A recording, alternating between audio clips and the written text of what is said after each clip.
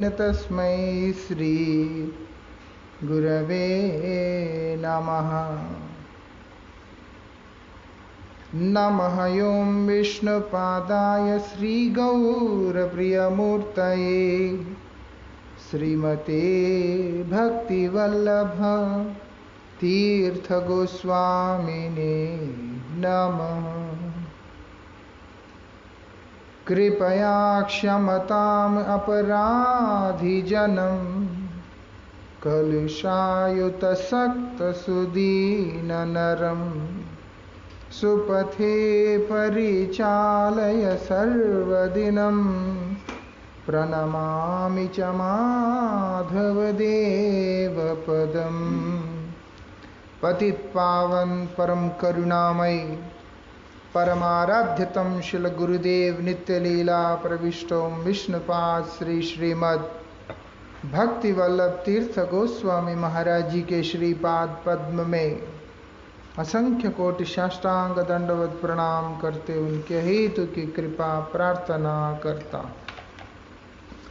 परमाराध्य शिक्षा गुरु नित्य लीला प्रविष्टोम विष्णुपाद श्री श्रीमद शिल भक्ति विज्ञान भाई असंख्य कोटि साष्टांग दंडवत प्रणाम करते हुए उनकी अहेतु की कृपा प्रार्थना करता हूँ। परमाराध्य श्रील गुरु महाराज जी की विशेष अनुकंपा से हम लोगों ने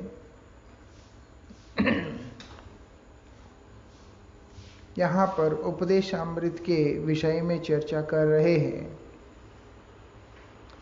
अभी रूप गोस्वामी जी महाराज भक्ति के पोषक जो संग है उसके बारे में बतला रहे हैं। यहाँ पर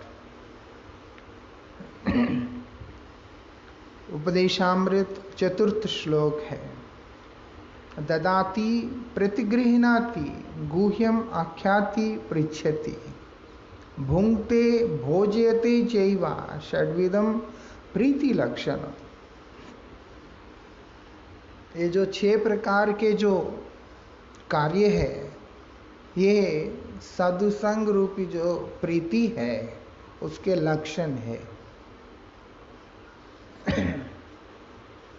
ये जो अक्सर संसार के अंदर व्यक्ति ये काम करता है, लेकिन उस जगह पे करता है जहाँ करने पर अनर्थ सृष्टि होता है।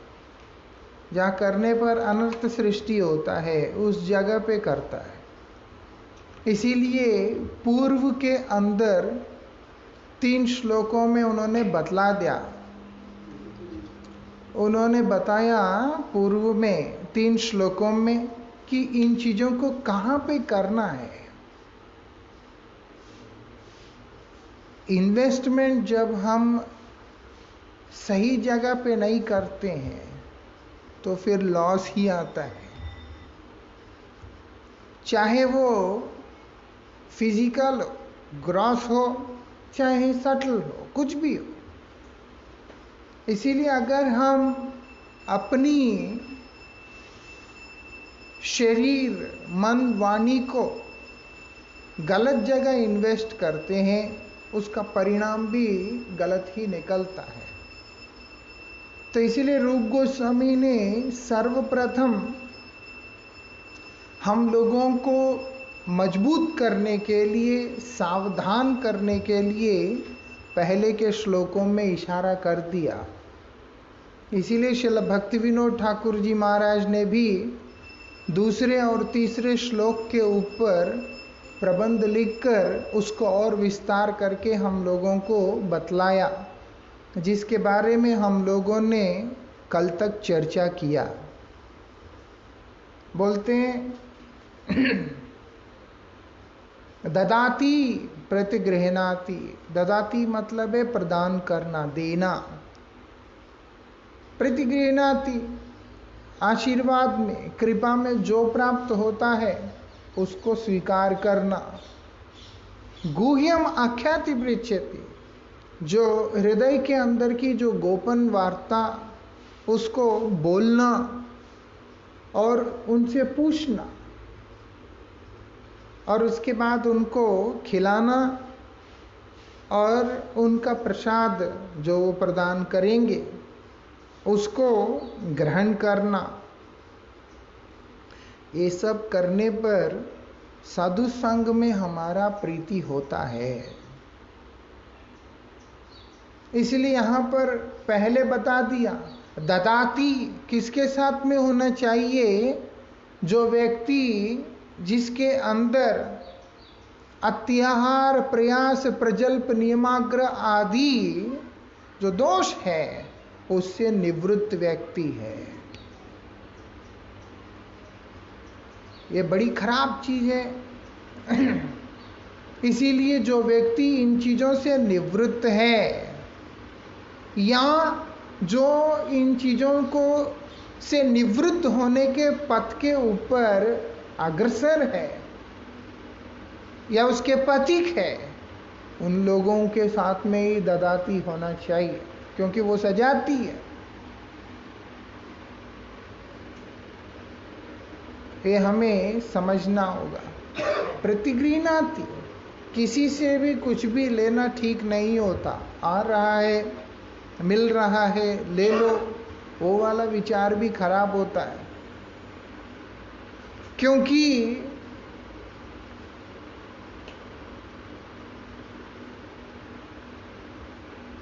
देने वाला व्यक्ति अगर समर्थ नहीं है तो वो उससे भी अनर्थ ही सृष्टि होता है। देने वाला व्यक्ति समर्थ ना होने पर अनर्थ सृष्टि होता है।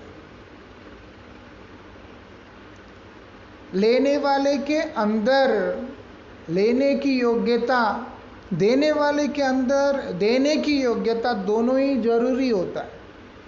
इसीलिए ददाती जहां होगा, जहां तहां ददाती है, वो नहीं चलता। उससे जो है प्रीति नहीं हो सकता। ऐसा नहीं है, बहुत लोग कई जगह पर दान करते हैं, सेवा करते हैं, सब कुछ करते हैं, लेकिन पात्र विचार किए बिना करते हैं। इस कारण से अनर्थ होता है। वहां पर अपात्र दाने भवे दरिद्र, जो पात्र नहीं है वहां पर कुछ भी देना वो सिर्फ दरिद्रता को ही आमंत्रित करता है और कुछ नहीं। उसके जीवन में केवल दरिद्रता आता है। प्रेम धन से वंचित हो जाना, परमार्थ धन से वंचित हो जाना, वो भी तो दरिद्रता है। इसीलिए केवल जागतिक वस्तुओं के कारण दरिद्रता की बात नहीं है, परमार्थिक पथ पे भी वो दरिद्र ही होता है। बोला प्रेम धन बिना व्यर्थ दरिद्र जीवन, ये जीवन तो दरिद्र है प्रेम धन के बिना। प्रेम धन जहां से प्राप्त हो सकता है, वहां पर अगर हमने अपनी ऊर्जा को निवेश नहीं किया, किसी अन्य स्थान पे किया, मतलब है हम लोग अपने लाइफ में लॉस पे चले गए हैं। इसलिए बता दिया पूर्व में, यद्यपि ये सब तटस्थ है, तटस्थ लक्षण है, ये मुख्य लक्षण नहीं है। मुख्य लक्षण तो मयि अनन्य भावेन भक्तिम कुर्वन्ति ये दृढ़ाम, वही मुख्य लक्षण है। जो स्वरूप लक्षण कहते हैं, आत्मा जिसको कहते हैं, वो यही है। इसीलिए अगर बाह्य रूप से देखने पर किसी व्यक्ति में वाक्य वेग है, वो ये बात को सिद्ध नहीं करता कि वो व्यक्ति साधु नहीं है। इसीलिए ये सिद्धांत है, इसको हमें समझना होगा। बस वैष्णव चिन्हिते नारे देवेर्षकते, बोलते देवता लोग भी वैष्णवों को नहीं समझ पाते, वैष्णवों को। अब एक व्यक्ति, यही बातें, इस तरह की चर्चाएं जब होते हैं, एक विदेशी एक जगह कथा कर रहे हैं, कथा करते करते बोलते हैं हम लोग हनुमान जी से भी श्रेष्ठ है। वो कहता है हम हनुमान से श्रेष्ठ है। क्यों भैया, लॉजिक क्या है? बोलते हनुमान जी दास्य में है, हम कांत रस में, मधुरी रस में है, गोपियों के अनुगत कर रहे, इसीलिए हम हनुमान से श्रेष्ठ है। ये तो भगवान की कृपा से भारत में ऐसी उस तरह का सोच लोग रखते नहीं है। लेकिन समझने वाली बात है, वैष्णव को देवता नहीं छीन सकते, पहचान नहीं सकते, मतलब वैष्णव होना पड़ता है, ऐसा प्रयास करना पड़ता है, वैष्णव होने के लिए प्रयास करना पड़ता है। तो इसीलिए ऐसे जो अप्राकृत भूमिका में रहने वाले जो वैष्णव है, वो अगर किसी भी प्रकार का प्राकृत आचरण करते हुए दिखाई भी देते हैं तो वो उसमें भी कुछ अंतरार्थ होता है जो कि जीव के बुद्धि से परे होता है। लेकिन सिद्धांत ये कहता है कि हमें ददाती, वहां पे जाके हमें देना चाहिए। कहां पर?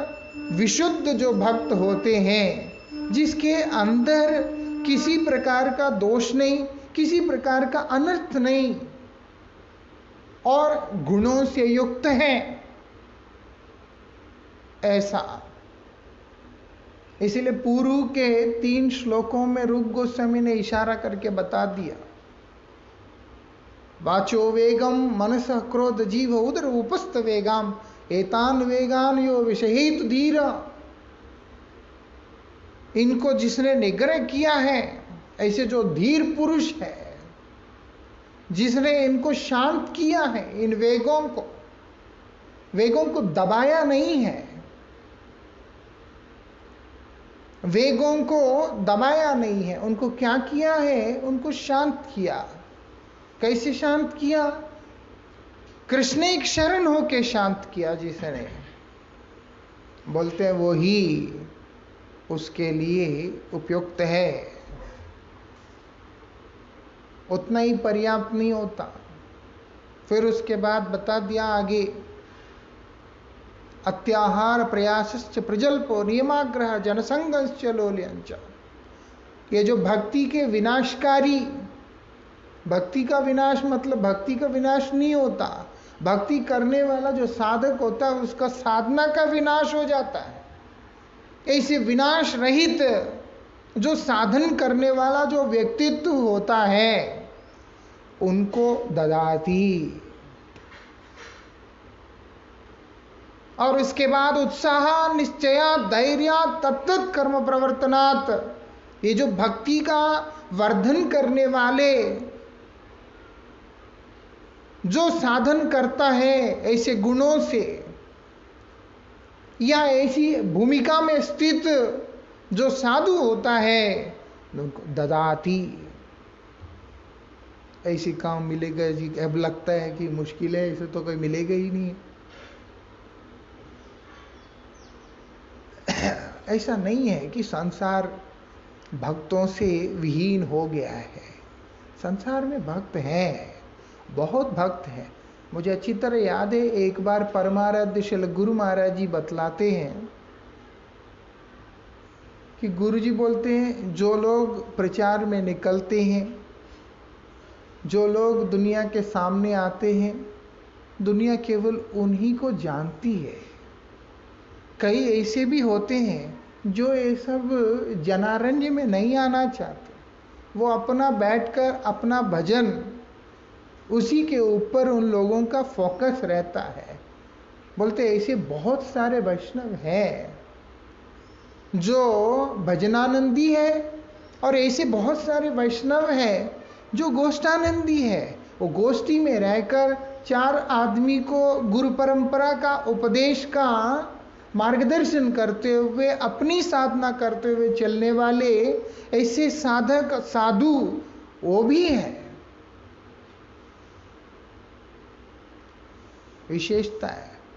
लेकिन दर्शन तब ही हो पाता है जब हम भगवान और गुरुदेव के पाद पद्म में एकांतिक रूप से शरणागत होने के लिए इच्छुक होते हैं।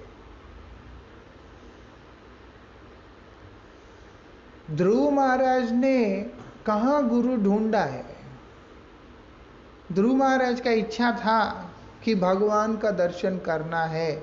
उनका तीव्र इच्छा ही नारद गोस्वामी को उन तक पहुंचा दिया। उनको नारद गोस्वामी तक पहुंचा दिया। हमारा अंतरंग का ही प्रतिरूप हमारे सामने रूप बन के आ जाता है। इसीलिए 100 आदमी होने पे भी एक दुष्ट व्यक्ति जो रहता है वो ठीक टाइम पर वो दुष्ट को ढूंढ लेता है, उसको ही मिलते हैं, दूसरे को नहीं मिलता। जिसके अंदर साधु स्वभाव है, साधु वृत्ति है या साधुता है, साधु बनने की लालसा है, उसके जीवन में ऐसे ही व्यक्ति उसके जीवन में आ जाते हैं। हमें ढूंढना नहीं पड़ता, हमारे स्वभाव के अनुसार, हमारे इच्छा के अनुसार हम लोगों को ऐसे व्यक्ति दुनिया में मिल जाते हैं। तो जो हो, इसीलिए यहां पर बताया कि देखो ऐसे जो व्यक्तित्व है उन लोगों का ही संग, उन लोगों के पास ही जाकर ये प्रीति के जो कार्य होते हैं उनको करना चाहिए। अब अनर्थ युक्त जीव को अगर हमने कोई भी वस्तु दे दिया, वो तो हमारी ऊर्जा का गलत जगह पे निवेश करेगा। वो तो इस कारण से ही एक नियम बना हुआ है, वो है गुरुस्थान में देना, गुरुगृह में देना, मतलब गुरुदेव को देना। उसके बाद उसका क्या होता है, उसका दायित्व फिर गुरुजी के ऊपर चला जाता है। अगर गुरुदेव के नाम पे साधक उसका अपव्यय करते हैं तो वो उनका लिए अनर्थ है। लेकिन हमारी तरफ से हमने गुरुस्थान में, गुरु सेवा में उसको समर्पित किया। ये गुरुस्थान कहाँ पे है? गुरुस्थान कोई बिल्डिंग का नाम नहीं होता। गुरुदेव के आदर्श, गुरुदेव के विचार और व्यक्तित्वों का पालन जहाँ पे भी होता है वही गुरुस्थान है। क्योंकि गुरुजी वहीं पे, गुरुजी अपने विचारों में है, गुरुजी अपने आदर्श चरित्र में है। गुरुदेव शुद्ध भक्तों के हृदय के अंदर के भावनाओं में। इसीलिए एक साधक गुरुगत प्राण होने का प्रयास करता है, गुरुदेव के इच्छा के अनुसार अपने जीवन को ढलने का कोशिश करता है। ऐसे जो साधक है वो भी गुरुस्थान ही होता है, वो भी गुरुगृह ही होता है। गुरुगृह कोई मठ तक सीमित नहीं होता, गुरुगृह कोई घर तक सीमित नहीं होता कि ये ब्रह्मचारी या ये सन्यासी गुरुजी का वास्तविकता में उत्तराधिकारी है या ये गृहस्थ व्यक्ति उत्तराधिकारी है। ऐसा कुछ नहीं होता। जो समर्पित, जो शरणागत, जो आश्रित व्यक्ति उनके आदर्शों के ऊपर चलकर अपने जीवन को उनके इच्छा के अनुरूप ले जाने का कोशिश करता है, वो सारे ही उत्तराधिकारी होते हैं, वो सारे ही उनके कृपा के अधिकारी होते हैं।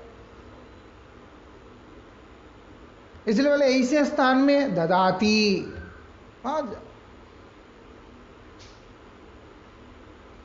इसलिए बोला विशुद्ध भक्त। विशुद्ध भक्त कौन है? जो हमने पहले चर्चा किया, इतने दिन 80 दिन तक जो चर्चा किया,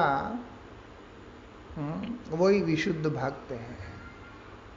उसके अंदर किसी भी प्रकार का खोट नहीं होता, उसके अंदर किसी भी प्रकार का मायावाद का, भोगवाद का, या किसी और कर्म का, ज्ञान का, योग का, तप का, किसी भी चीज का मिश्रण नहीं होता है। वो केवल और केवल भगवान का भक्ति, भगवत भक्तों के प्रति भक्ति युक्त होकर के साधना कर रहा होता है। उनके आराध्य केवल 2 होते हैं, विष्णु और वैष्णव। वही विशुद्ध भक्त है। उनकी सेवा के लिए जो साधन करता है उसका अंतर्गत अगर तप आता है वो तप भी करेगा। तप करने का तात्पर्य ये नहीं है कि वो जो है तपस्वी है, क्योंकि वो कृष्ण सेवा के लिए अनुकूल है और कृष्ण सेवा के लिए आवश्यक है, इसीलिए वो उस तप को कर रहा है। भगवान की सेवा के लिए अनुकूल है, इसीलिए त्याग कर रहा है।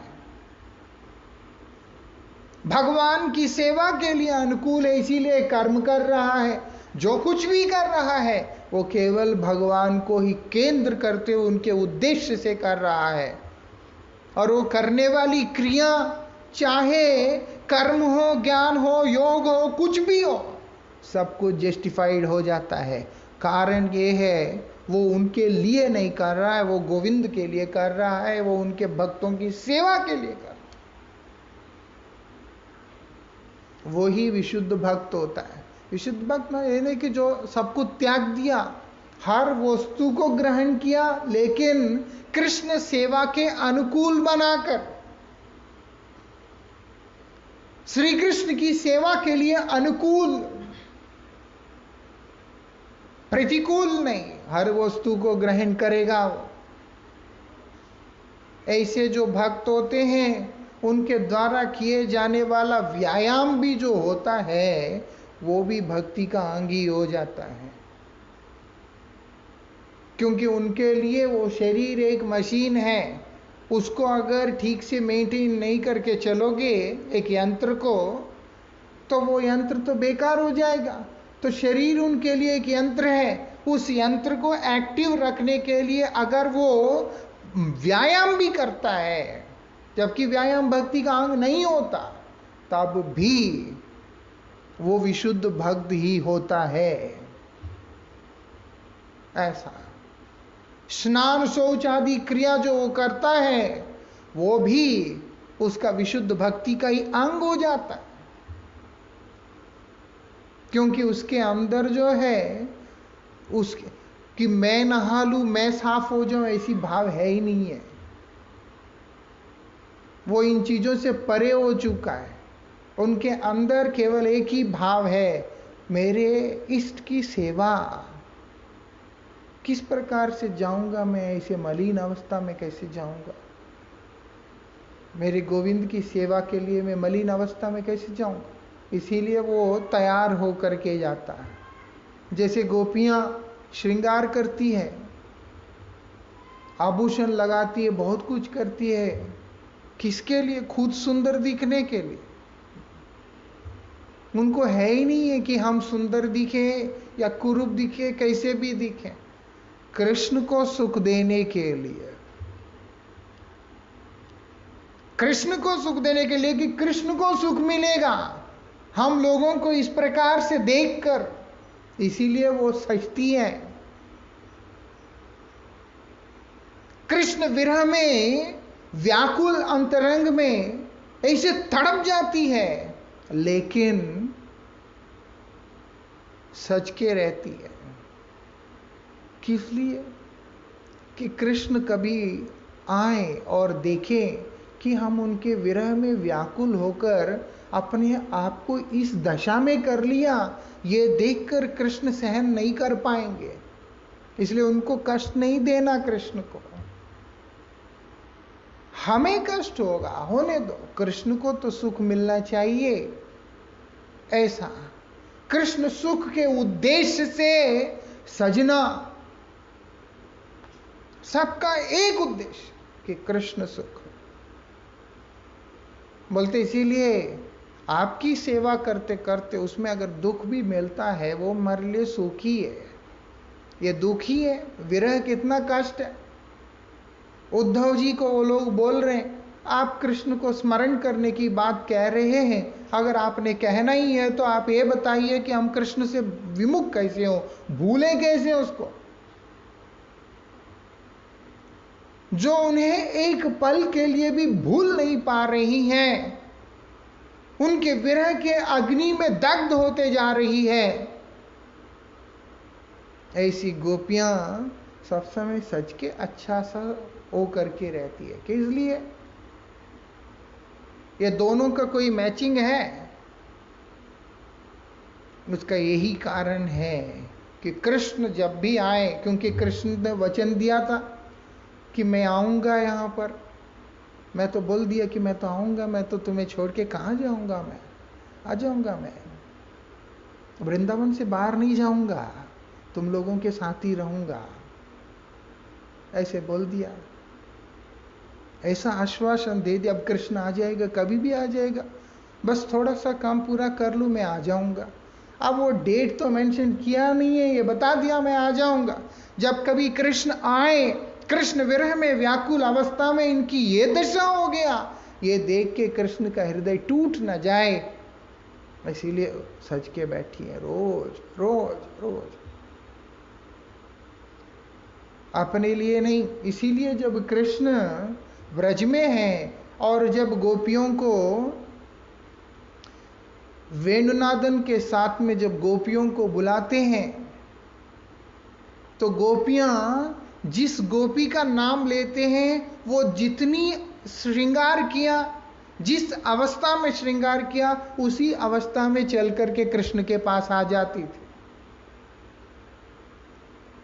ऐसा नहीं कृष्ण ने बुलाया है, हाँ मैं आ रहा हूं करके और थोड़ा पूरा करके आओ, वो वाला काम वहां है ही नहीं।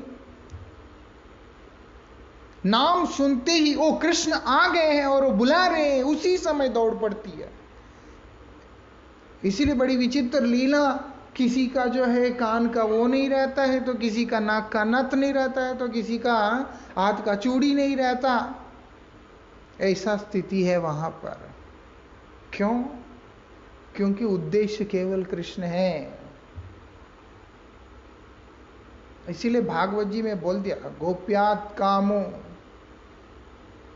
काम और प्रेम एक है, लेकिन गोपियों का काम ही प्रेम है, ये विशेषता। शुद्ध भक्तों का भी ऐसा ही होता है, भगवान के प्रिय भक्तों का भी ऐसा ही होता है। ऐसा उनके लिए दो अलग अलग नहीं होता। हमें अभी काम छोड़ना पड़ता है प्रेम को प्राप्त करने के लिए, लेकिन वो एक ऐसी अवस्था, वहां पर काम ही प्रेम है और प्रेम ही काम है। अद्भुत है, वहां द्वंद्व नहीं रहता, वहां पर ये विशेषता। वो केवल शुद्ध भक्ति में, वो प्रेममयी भक्ति के अंदर ही वो संभव पर होता है, अन्य किसी विचार के द्वारा वो संभव नहीं होता। बोलते ददाती, वहां जाओ, ये बात है। कहीं पे भी कुछ भी देना लेना ये सब ठीक नहीं होता, लेना भी ठीक नहीं होता। ऐसा जो वस्तु जो द्रव्य हमें किसी से भी प्राप्त होता है, उसके अंदर वो केवल वस्तु नहीं होता, फिर उसके अंदर उसके विकार भी आता है। उस वस्तु के द्वारा उस वस्तु को देने वाला जो व्यक्ति होता है, उसके विकार भी उसके अंदर आता है। इसीलिए इस चीज सावधान रहना पड़ता। देना भी वहां और लेना भी वहीं से, जहां पर विकार नहीं है। हाँ, भगवत प्रसाद है तो बात अलग है, वो भगवत प्रसाद तो निर्गुण अवस्था में है। भगवत प्रसाद जो है वो इस जगत का भूमिका का है ही नहीं। बाकी अगर कुछ भी कोई भी वस्तु का लेन देन होता है तो उसमें सावधान ही रहना पड़ता है। विशुद्ध भक्तों को उनके आवश्यकता के अनुसार वस्तु देना, इससे लाभ क्या होता है? हमारा जो आसक्ति है वस्तु के प्रति, जो आसक्ति, वो भी कमजोर हो जाता है। हमने पूर्व में चर्चा किया, आसक्ति वस्तु में भी होता है, व्यक्ति में भी होता है। वस्तु के प्रति जो आसक्ति है वो हम लोगों के लिए ठीक नहीं होता, वो हम लोगों को भोग में डाल देता है। वो भी जीवन उपयोगी, जीवन निर्वाह करने वाले जो वस्तु है वो, और उसके बाद भोग के उपकरण, शास्त्र बतलाते हैं कि जो जीवन निर्वाह करने के लिए जिन वस्तुओं की आवश्यकता है उनको भी जितनी आवश्यकता है उतनी मात्रा में एक साधक को ग्रहण करना चाहिए, उससे अधिक नहीं। और भोग के वस्तुएं हैं उनको तो पूर्ण रूप से विसर्जन कर देना चाहिए, त्याग देना चाहिए। इसलिए यहां पर बतला रहे ददाती मतलब विशुद्ध भक्त जो होते हैं उनको जितने भी तुम्हारे पास द्रव्य उपलब्ध हैं वो तुम उनको समर्पण करो, वो उन्हें प्रदान करो। और वो भी उनके आवश्यकता के अनुसार, उनको जो जरूरत है, जिस समय जो वस्तु की उन्हें आवश्यकता है, क्योंकि उनकी आवश्यकता का उद्देश्य केवल कृष्ण सेवा होता है।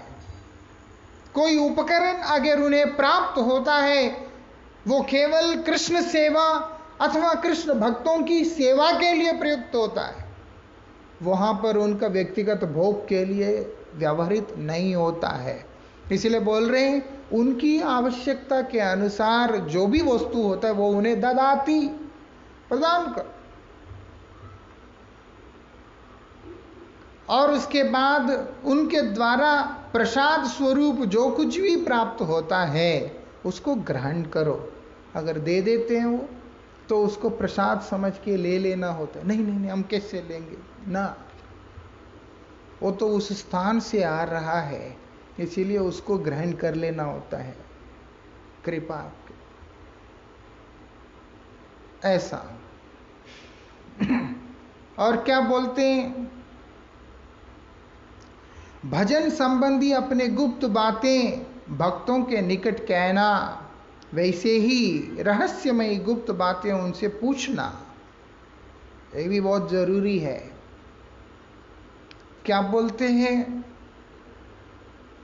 अपन भजन कथा ना कही वो यथा तथा, यहां ते रह सावधान।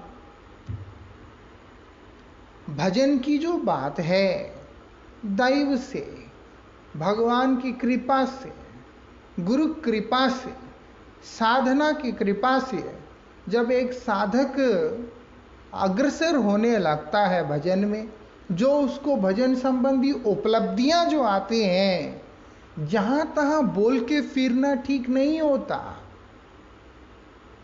मुझे ऐसा सपना आया, मुझे वैसा अनुभव हुआ, मुझे ये हो गया, मुझे वो हो गया, ये ठीक नहीं होता। इससे सावधान रहना पड़ता है। कहां बोलना है, बोलते ऐसे जो विशुद्ध भक्त होते हैं उनके सामने बोलना होता है, ऐसा। इसलिए बोला गुह्यम, बहुत ही गोपन कथा है। साधना के अंदर जो कुछ भी आता है वो सब बहुमूल्य वस्तु होते हैं। एक साधक के जीवन में साधना करते हुए जो उपलब्धियां आते, रियलाइजेशंस जो आते हैं वो बहुत प्रीशियस होते हैं। वो उनको जहां तहां बोलते हुए फिरना ठीक नहीं होता, क्योंकि अयोग्य व्यक्ति के सामने बोलने पर वो उसका मान नहीं रख पाएगा, वो उसको नहीं समझ पाएगा, उन वस्तुओं को नहीं समझ पाने के कारण अवहेलना ही करेगा, हताश ही करेगा, गलत मार्गदर्शन करेगा। आज की डेट में तो समाज इतना ज्यादा नीचे गिर गया जिसका कोई हिसाब ही नहीं है। कल रात की बात है, एक भक्त मुझसे कहते हैं कि उनके परिवार में वो लोगों ने ज्योतिषियों के पास गए, ज्योतिषी के पास गए, क्योंकि आजकल ये वायरस वगैरह चल रहा है, काम वगैरह ठीक से चल नहीं रहा, तो बहुत सारे प्रॉब्लम्स हैं। तो कई ग्रह दोष है, क्या है क्या नहीं है, जानने के लिए ज्योतिषी के पास गए। ज्योतिषी उनको कहता है नंगे पांव घर में घूमना नहीं, उपाय बता रहा है। नंगे पांव घर में घूमना नहीं, मतलब जो जूता पहन के तुम दुनिया भर में घूमते हो उसको घर लाओ और घर के अंदर भी उसी से घूमते रहो। नंगे पांव घूमते हो, ठीक नहीं है तो। और उसके बाद बोलता है तुलसी जी के इतने पौधे घर में क्यों रखा है, एक ही होना चाहिए, सारे पौधे उखाड़ दो। ऐसे मूर्ख लोग समाज के अंदर फैल चुके हैं। तुलसी जी का होना मतलब श्री का प्रतीक है, लक्ष्मी जी का प्रतीक है, ऐश्वर्य का प्रतीक है, भक्ति का प्रतीक है, लेकिन बोलते तुलसी उखाड़ दो। अरे ज्योतिष तो दूर, अगर कोई आयुर्वेदिक विचार से भी देखता है, तुलसी जी को स्पर्श करती हुई आई जो हवा है उससे ही बहुत एक तरह का एक एंटीबायोटिक बनता है नेचुरल, जिससे आदमी एक स्वस्थ शरीर के साथ में रह सकता है। इसीलिए पूर्व में हर घर के बाहर तुलसी जी विराजमान हुआ करती थी। लेकिन अभी ऐसे गाइड करने वाले लोग आ गए हैं जो बोलते तुलसी निकाल दो, ज़्यादा तुलसी रखने से भी गड़बड़ हो जाता है, तुम्हारे घर में क्लेश का कारण है। ऐसे लोग समाज के अंदर आ गए हैं।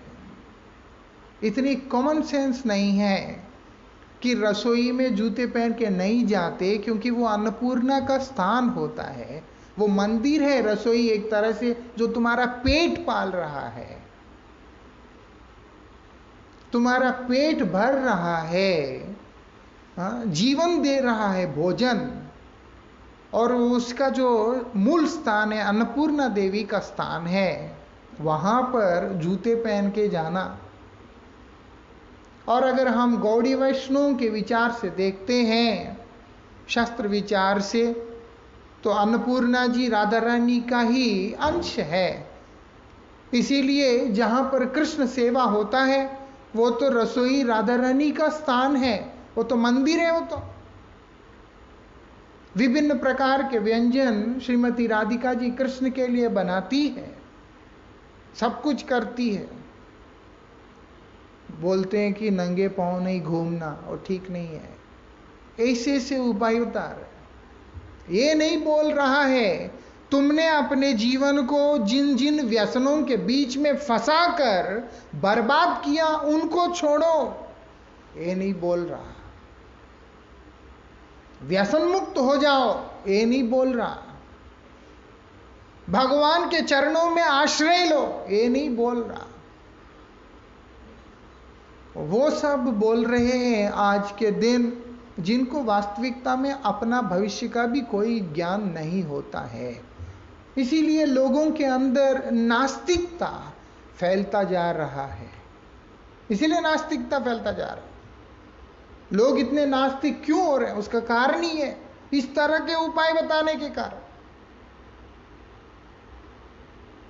इसीलिए क्योंकि अयोग्य है, उसकी अपनी बुद्धि के अंदर इतनी मैच्योरिटी नहीं है कि वो ये समझ सके कि वो क्या बोल रहा है, कि हित की बात बोल रहा है, अहित की बात बोल रहा है, ये चीज को वो स्वयं समझ सके। इसीलिए बोल रहे हैं गुह्यमा कहते हैं, जो गोपन कथा, जो तुम्हारे हृदय के अंदर की कथा, इस संसार की कथा, ये संसार के अनर्थों की बात को ही कोई भी व्यक्ति समझने वाला नहीं है, क्योंकि हर कोई व्यक्ति अपने ही दुख से दुखी होकर बैठा है। ऐसा अपने दुख से दुखी है, चाहे वो पंडित हो, चाहे वो क्षत्रिय हो, चाहे वो वैश्य हो, चाहे वो शूद्र हो, कोई भी हो। वैश्य अपने व्यापार में बाधा आने पे दुखी है, शूद्र किसी अन्य कारण से दुखी है, क्षत्रिय अन्य कारण से दुखी है, ब्राह्मण अन्य कारण से दुखी है। चारों वर्ण, चारों आश्रम, तमाम व्यक्ति अपने अपने कारणों को लेकर के स्वयं दुखी बैठे। वो व्यक्ति किसी का दुख निवारण का उपाय कहां से बताएगा? इसीलिए बोल रहे हैं कि ये जो गुह्यतम वार्ता, ऐसे किसी भी व्यक्ति के पास जाकर के चर्चा नहीं करना। कहां करना है? जो इस बात में प्रतिष्ठित है, ना हम विप्रो, मैं ब्राह्मण नहीं, मैं क्षत्रिय नहीं, मैं वैश्य नहीं, मैं शूद्र नहीं, मैं ब्रह्मचारी नहीं, गृहस्थ नहीं, वानप्रस्थ संन्यास कुछ भी नहीं। मैं कौन हूं? मैं भगवान के भक्तों के चरणों के दासों के दास हूं। मेरा अस्तित्व मेरे प्रभु की दासत्व है, मेरा अस्तित्व उनकी सेवा है। इसके अतिरिक्त मेरा और कुछ भी नहीं है। मैं अपने गोविंद के अलावा, मैं अपने गुरुदेव के अलावा किसी अन्य वस्तु को नहीं जानता। इस तरह की अवस्था में जो स्थित है, वो बोलते गुह्यमाख्याति। वहां पर जाके अपने हृदय के अंदर की गोपन वार्ता को तुम प्रकाशित करो, बस, किसी और जगह पे नहीं करना। ऐसा। इसके आगे की चर्चा हम लोग कल करेंगे कि इसके आगे का विषय है पृच्छति, उनसे पूछना, उनको खिलाना, उनसे खाना। इसी से प्रीति के लक्षण है, संग के लक्षण है। उसके बारे में हम लोग कल श्रवण करेंगे। वांछा कल्पतरुभ्यश्च कृपा सिंधुभैव च पतितानां पावनेभ्यो वैष्णवेभ्यो नमो नमः।